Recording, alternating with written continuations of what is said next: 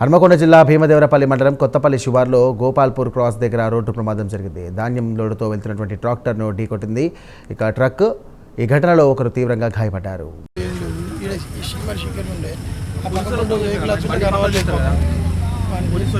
ఇప్పుడే తమ్మునికి యాక్సిడెంట్ అయింది.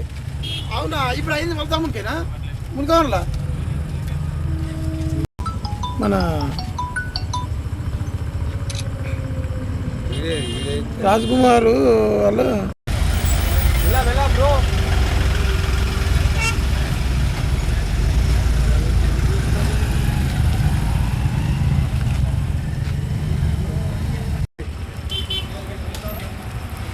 అంటే